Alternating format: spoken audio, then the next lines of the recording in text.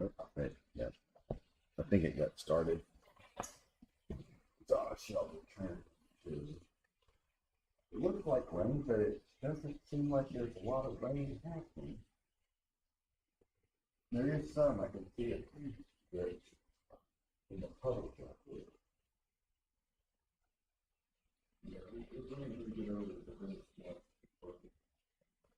Yeah, it's one that it popped up and said it's gonna bring hail in 15 minutes. 15 minutes, 10, 20 minutes, 30 minutes. I got in the car, drove all the way here, got into the building. Nothing. I thought it was gonna happen. And then I got told it's gonna rain in 15 minutes. And I'm like, I didn't believe it. And then it did. It rained real heavy.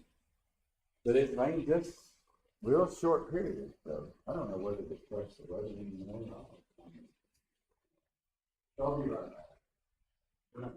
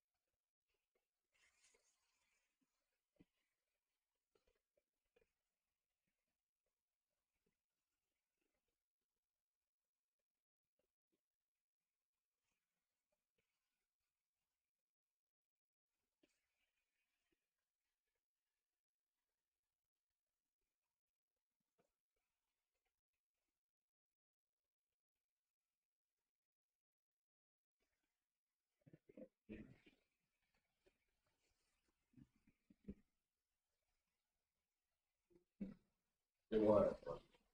I was tempted not to come back.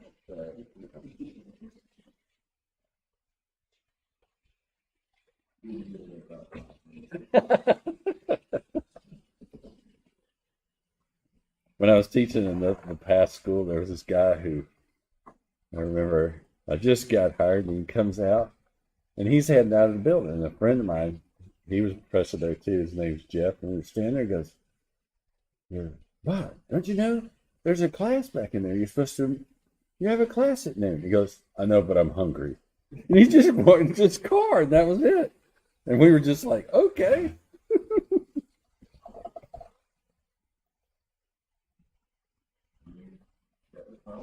Yeah.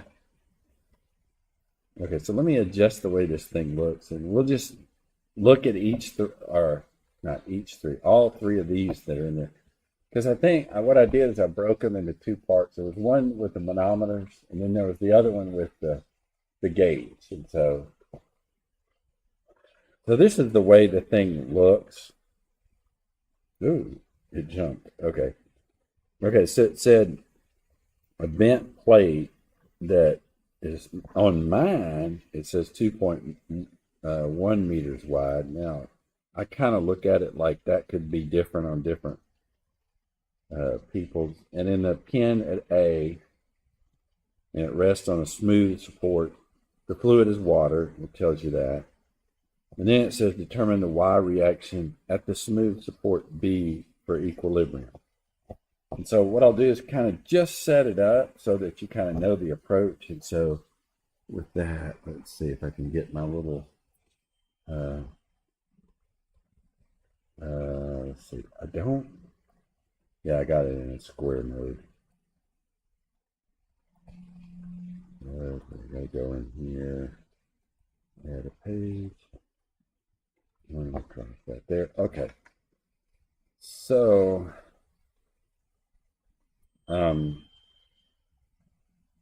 if you wanted to look at it, I'll use the red pen because I've already got blue on there. So you go down 1 meter, and at 1 meter, the pressure is equal to, of course, gamma H. And in this case, it's 1,000 over meter squared second squared. And this is a side issue, but that's kind of annoying. And then you multiply this times a meter. So you get kilogram. And do I have that? A meter. And then second squared. And so at first you're like, okay, what the heck is going on here? But you know that this is pressure. And so you kind of know it's going to be newtons per meter squared, but you've got kilogram in here. So at first glance, it might annoy you. And this is kind of a side issue right here. But every time I see this, I like to bring it up, is it's F is equal to MA. So a kilogram, Newton, kilogram, meter, second squared. So now you're like, okay, wait a minute. I want newtons. I don't have newtons. I have kilograms. But if you do this, you'll realize, oh, wait a minute. That and that is the same thing. The other way to approach it is this. And this might be a better way to approach it because it's more general. I can take F is equal to MA, that equation right there, and take this as kilogram is equal to Newton second squared over meter. Then I can insert that in there. And when I do that, I'll get Newton second squared. And I'll do it this way, meter to the -1 power. So Newton second squared, meter to the -1 power. That is the kilogram that's on top. And then I have a meter to the -1. I took that meter off the bottom, and I took the second off the bottom. And now what you do is you notice this and this go together to give you nothing, and then you get Newton per meter squared. Or same thing as Newton meter -2. So you get back the units of pressure. So the only reason I did that, that's a side issue, but I wanted to, fluids, this happens a lot, where things pop up and you're like, what? And the units actually can be cleared out with F is equal to MA. So that's a side issue there. That just had to do with units, and I probably should be spending height is the same as that. It increases, and so I did this last time. I probably should keep using this some. So in fact,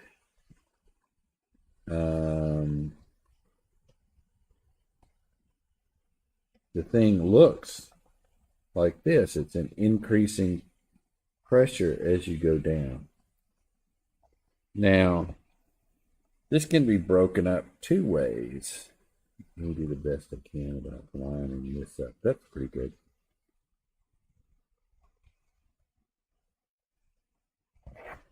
One is there's a uniform component which sits right here.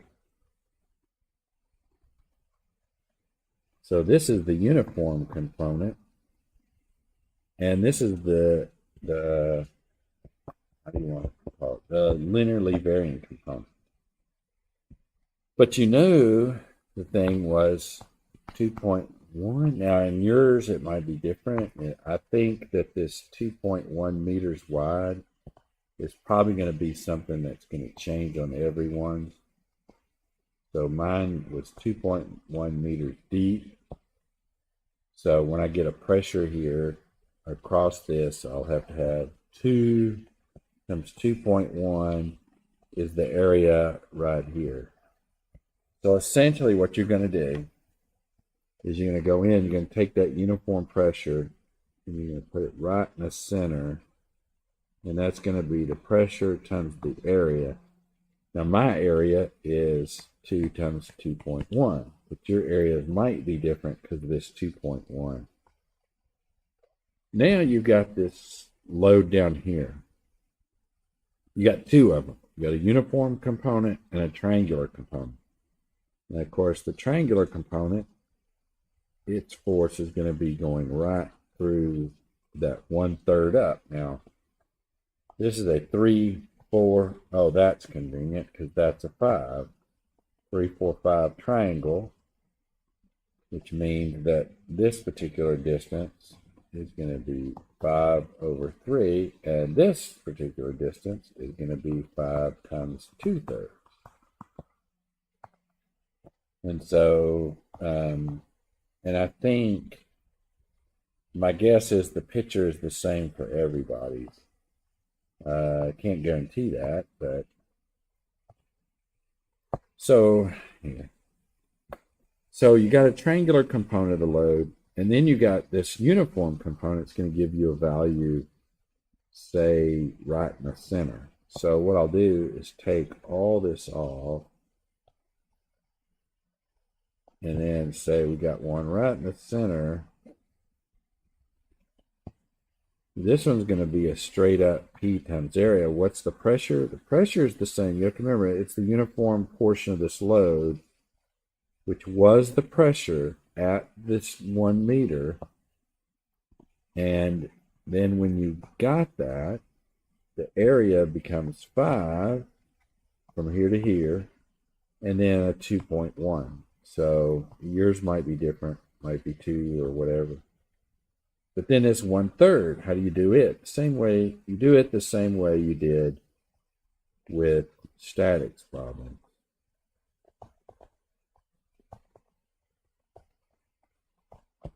Okay, so if you take it and you look at it, I swim down 4 more meters, 4 more meters through water.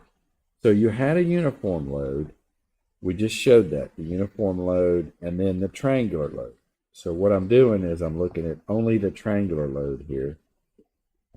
And it was 4 meters in addition to the other, times the 9.81, that one right here, and the 1,000. That is the number of newtons, lightning per meter squared. Yeah, I just have to look at this. Not that I'm trying to get distracted, but I need to take here. I just want to look. See where it is in relation to it. Oh, it's south of us. It's actually a lot in Darnell.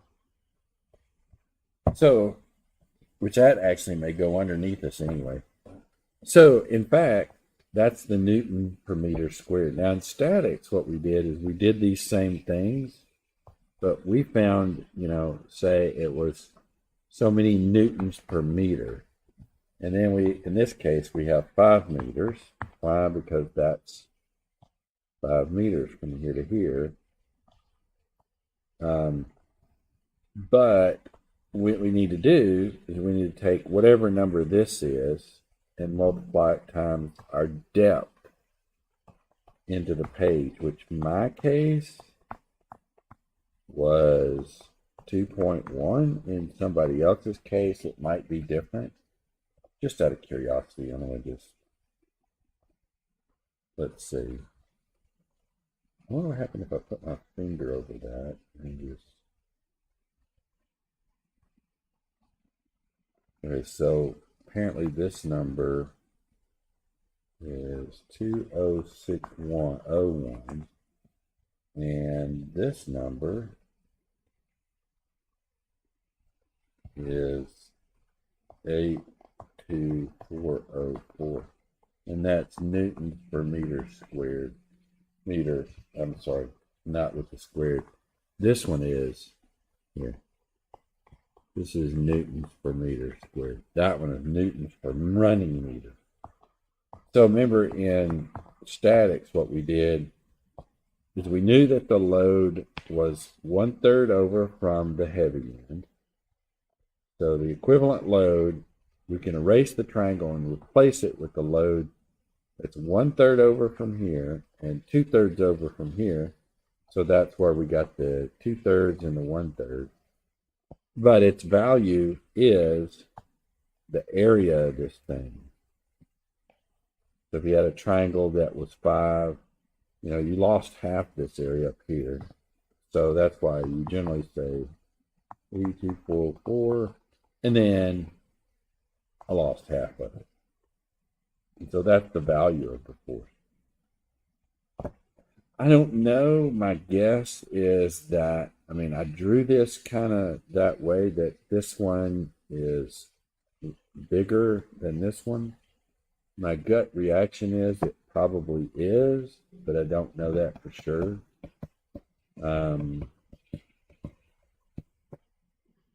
I can find that out real quick because the pressure at 1 meter depth is 9,810.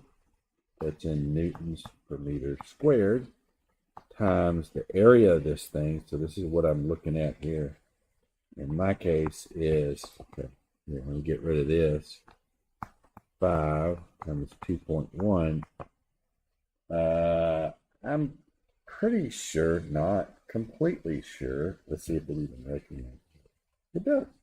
Okay, I stand wrong. 103,005.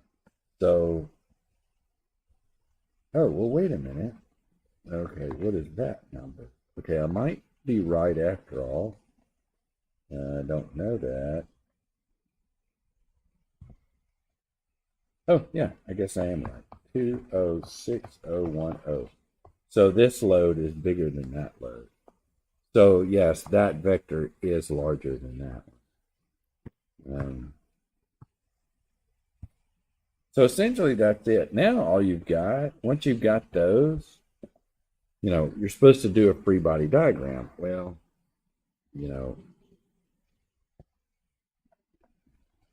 that's weird.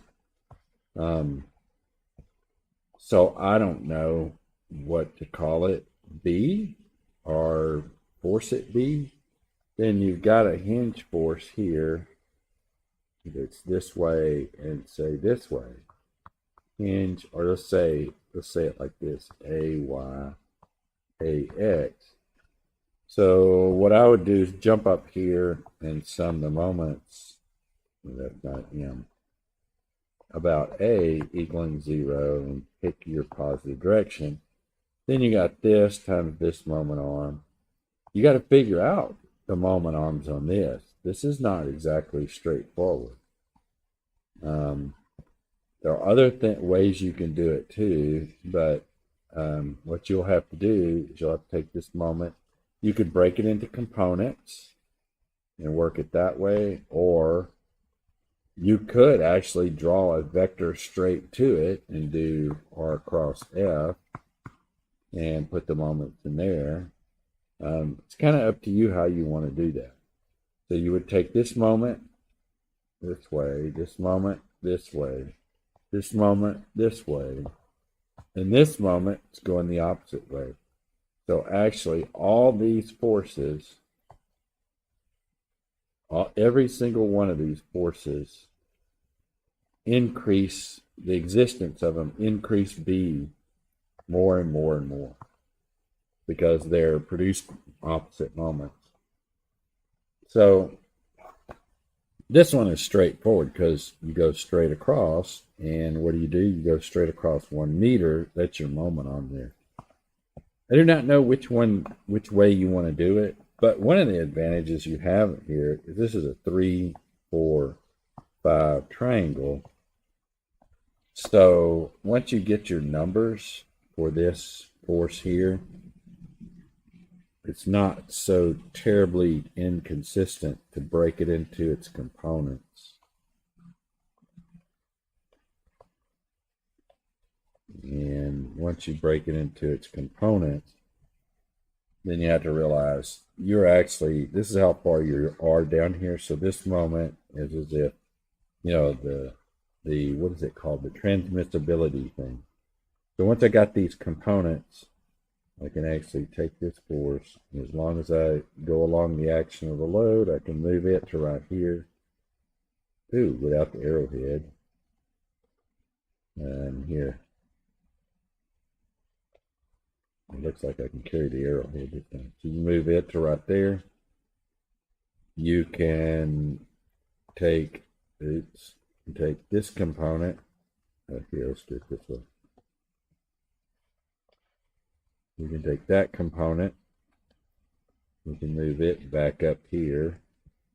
You can take this component, move it across over to here, and take this component. As long as I'm moving along the line of action, move it to right here. Then what I'm hunting for is I'm hunting for these distances and these distances. And once you do that, so the fact that it's a 3, 4, 5 may actually make things easier because you can break this into this vector into its components, basically this one and that one.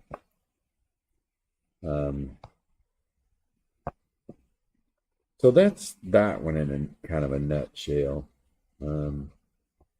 Let's look at the next one, which I do not remember. Oh, determine the component of the reaction at A. Okay, well determine the X component. This has got to be the Y component. Once you've got this, you can just do sum of the forces. Well, actually, you can do the sum of the forces in the X equals 0 without having this.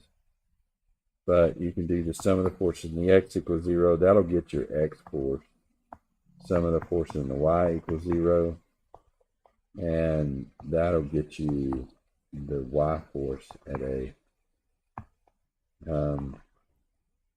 So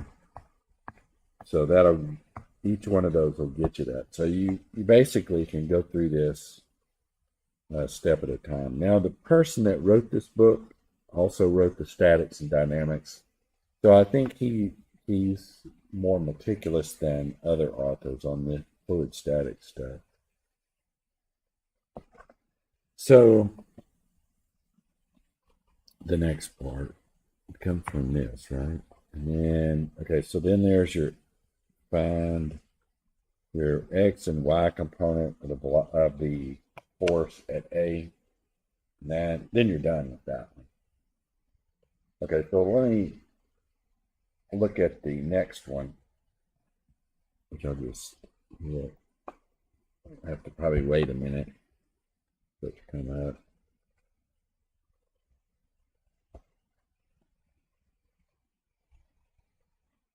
Yeah. I don't know how long we have to wait. Okay, so again, this is one of those things. So consider the overhanging wall. And he says the wall is 5 meters wide. I have a feeling that 5 meters might be different in different people's problems. And in this, he only has one thing. Determine the magnitude of the resistance determine the magnitude of the resultant force that the water exerts on the wall along ABC. Oh, okay. Okay. I think I could get that picture.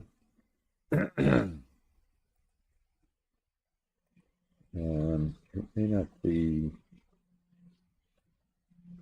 hugely.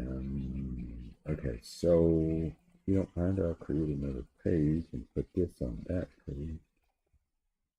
Okay. So here's the picture.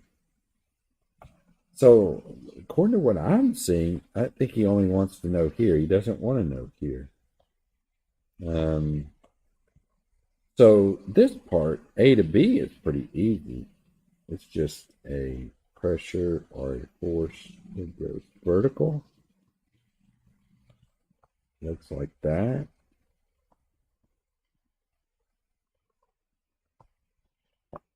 So this force is going to be so the depth is 1.5 meters. So the pressure let's do it this way. The pressure along AB is going to be 1.5 meters deep, or maybe gamma H, but gamma is the same thing as rho times G, so 9.81 meters per second squared. I'm doing these in reverse order. And then I think he said that was 1,000 kilograms per meter cubed. So that's going to be the pressure along there. So if you want to know the resultant force, you can just take that uniform load, put it right there in the center, and that, since it's uniform, the force is just equal to pressure area, or whatever that is, times the area, which just so happens to be this, times, now I've already forgot, mine's 5 meters wide.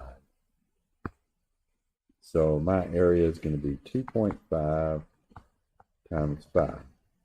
So you take that, you put it up here, you multiply that out. That's the component there. Now, the component in the quarter circle, I had to pause there for a minute.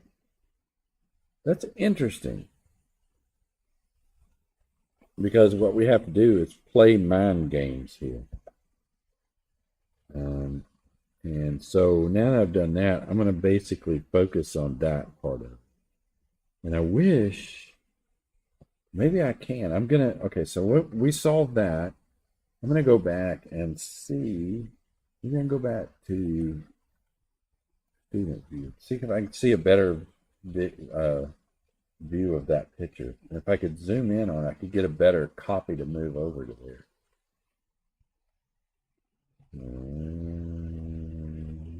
Okay. So I'm going to zoom in on it, and I'm just going to take a picture of just the quarter circle, not the whole thing. So I'm going to try to I'll go ahead and get this all the way to the top, and then I'm going to go over and work just on it. Oh yeah, that's right, I erased it all. So here, just working on that, just on that one, not the other part. So now I'm not considering this, except I have to consider that that's the case. So what I have to consider, here, let's do this, is that the water is back along here, 1.5 meters deep, but there's water back here. So I'm not really concerning myself with the vertical. You already have the vertical component.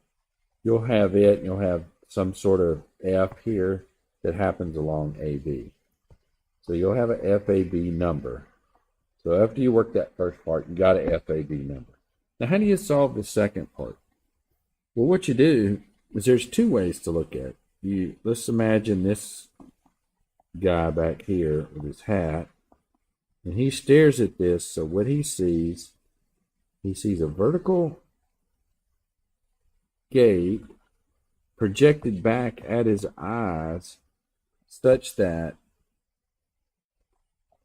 this is what he sees. I'm going to copy this, including the guy, and move over here.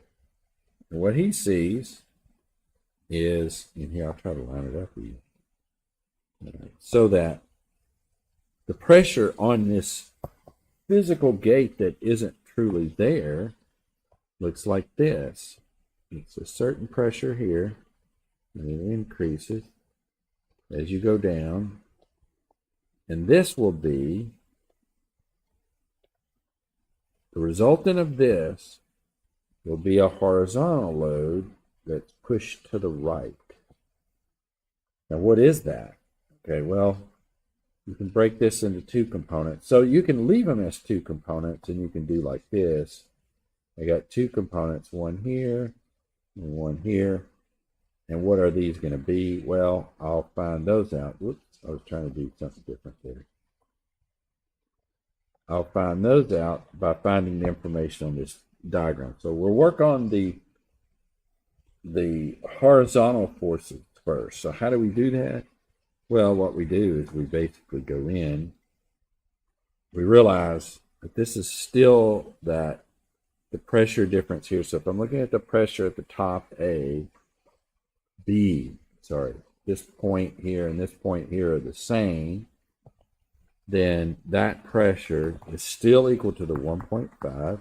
That's what I'm doing is gamma H, or H times rho times G. It's the same equation I had before, 1,000 times 9.81. That tells me the pressure right here at B. By the way, the pressure at A and B are the same, so you already have that information from the last part of the problem. So now that you've got that, you could say, well, that is essentially equal to this thing. Here's my gate, and here's my gate again. And what I've got is I've got a uniform pressure put on it. So if I add this to this, so this equals to that. So you take a uniform, add a triangular, and you're going to get this. So I'll work them in two different parts. First, I'll do this one. From this one, what am I going to get? A single load right there in the center, which is just pressure times area, which is that pressure times the area, which happens to be 2 meters.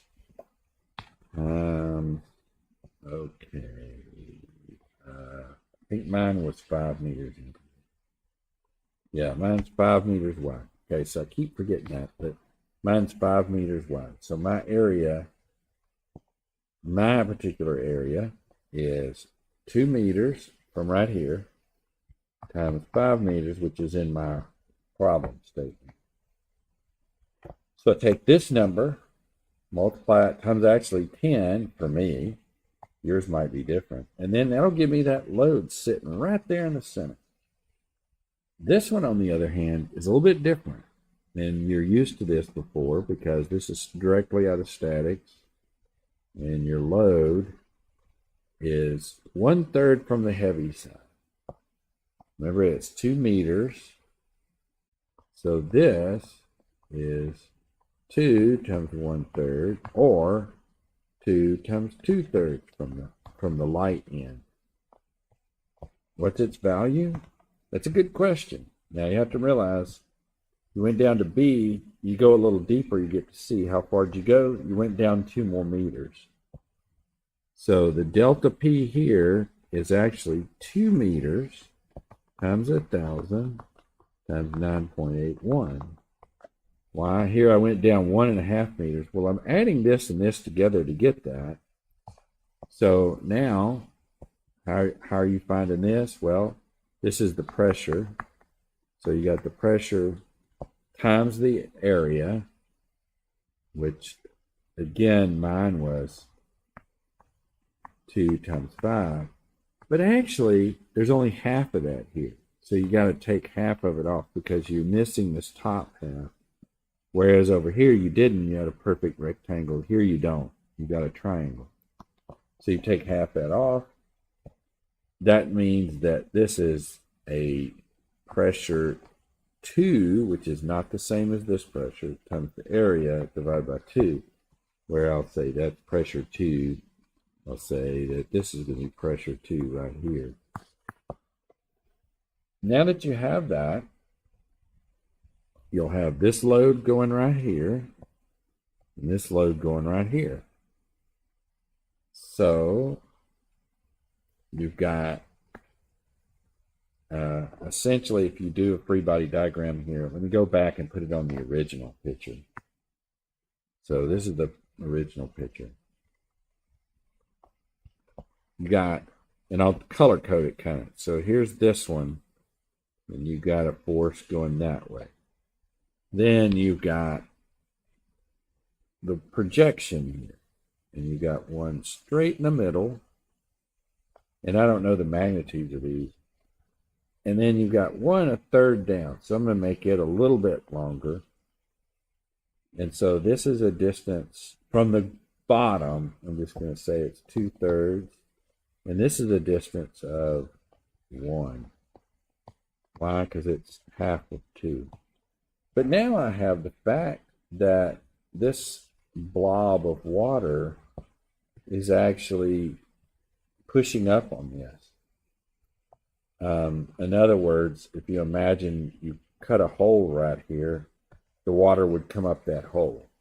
So it is pushing up on it. How is it pushing up? This is where you basically look at this thing. Okay, I'm trying to draw it right in the center.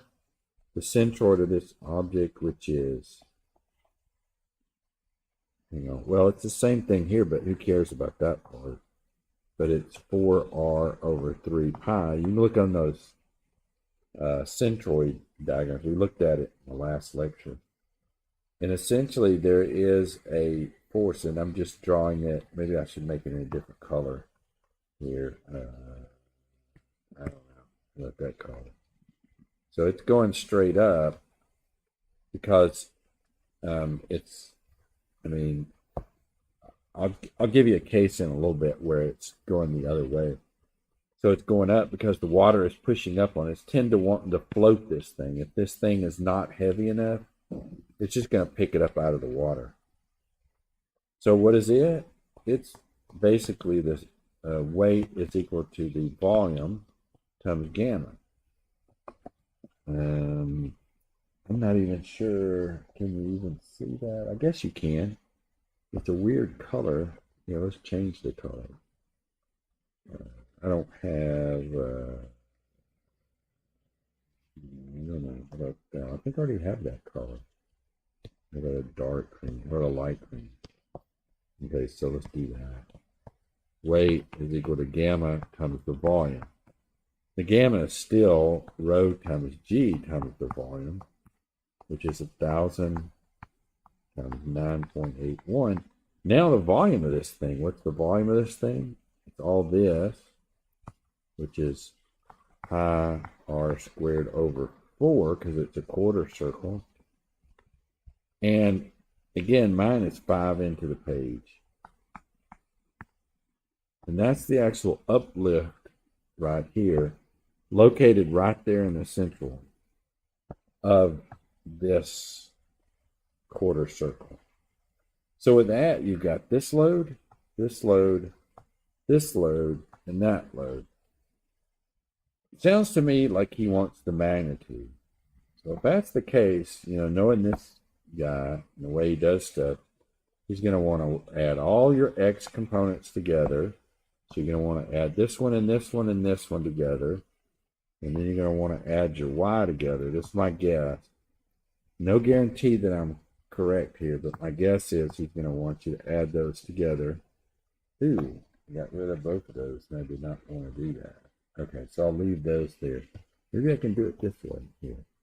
Touch it way back over here. Ah, I don't guess I can get rid of that. Okay. So then once you add them together, he's going to want you, my guess, I'm not sure of this, but my guess is that length squared and that length squared and then square root it to get you that. Because I'll say that's all he asked. He did not ask the x component or the y component. Oh, okay. So this I'm taking to assume that that's going to be variable. The nut wall is pound m wide. Okay. Whoa. How can that be? Okay. Okay. Answer. The statics on this page were updated periodically. Statics were last updated February 22nd. That's today, this morning at 4 a.m. Wow. That's interesting. I guess if they find a problem with one of the problems, they can update it real quick, I guess.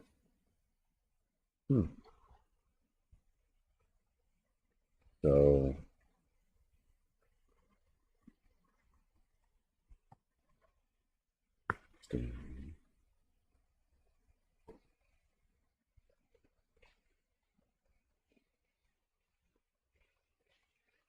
kind of slow, but you know.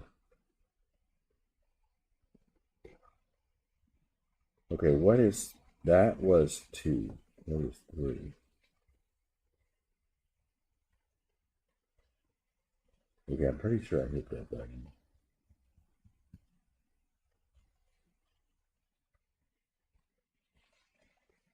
Okay, yeah, this is a good one. Okay, so, and we could probably finish. I don't know what 4 is, but maybe we'll talk about it next time.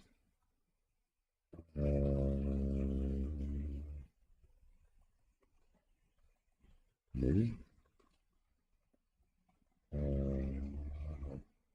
Do that. This is really weird. Let's see. Okay. So let's get rid of that ruler. I was using it, but not anymore. Okay, so on this one, it looks like really to me that hinge sits right here. So maybe because of that,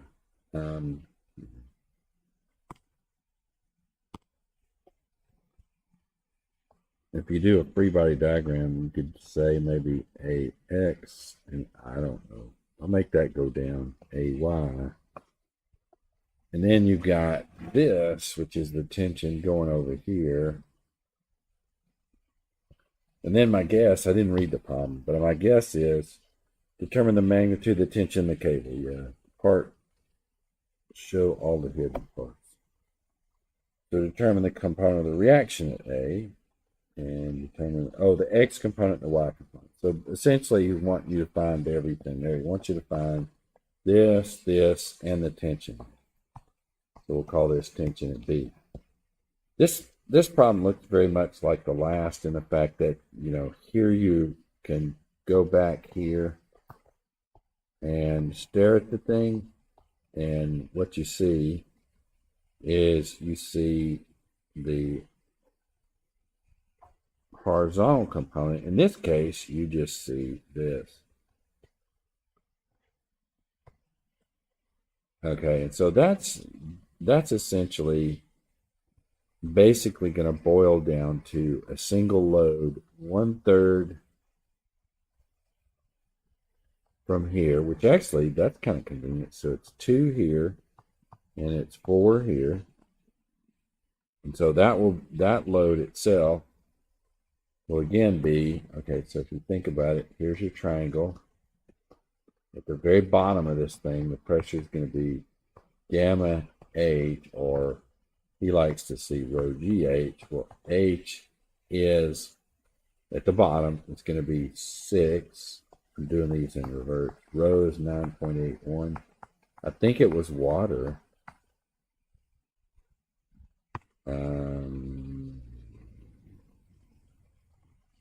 Oh, okay. It's in it's in that unit. So let me go back because we're in the other units. It is 62.4. That is H times gamma. That's the gamma. So that's actually the load there. I'm sorry, that's the pressure at the bottom. So if you think about it, pressure times the area being 6, and I've already forgot how it's, the tank and plate are 6 feet wide. So I'm taking that to be 6 feet into the page. So it'll be 6 times 62.4 from up here times the area of 6 by 6. However, this is applied over half of the thing. So the actual force there is going to be that. And then the question is, so this will be the force. Now the next part is just like what we had before. You got the force that's coming up, the water's pushing on this thing right here, and it is 4r over 3 pi over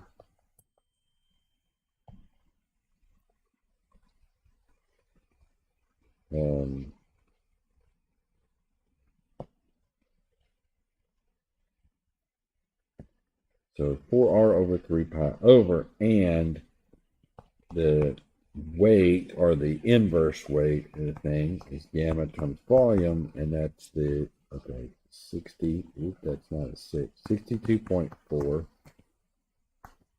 times, pi r over 4, because that's the area of the thing times the d for the depth, which in our case was 6. And so then you've got a free body diagram. You've got this force, this force, and you got that force. That's interesting. And you got that force, and you got this force. That's kind of weird there. It's interesting where it blanked out the red, but over here on this, it kind of blanks out the background. So essentially, that's all you're doing. You have to go through your sum of your moments equals 0, sum of the forces in the x equals 0, and then sum of the forces in the y equals 0. That's it. From the sum of the moments, I would take the moments about A, because then you'll get tension B directly. Then I'd sum the forces in the x, and then sum the forces in the y here to work the rest of it out. So that's pretty much it. I think we're done for today. There was another problem, but I don't know. Let's see. What was it? No, I don't want to do this. I just want to go forward. Oh, that relates to the next chapter. So that's for chapter, that's got to be chapter 3. So I'll talk about that next time. Now, I only put that in. I mean, that's about all we're going to do in that next chapter anyway. So, because if you look back, and I'll do that, I'll look next time. So I'm done. Let's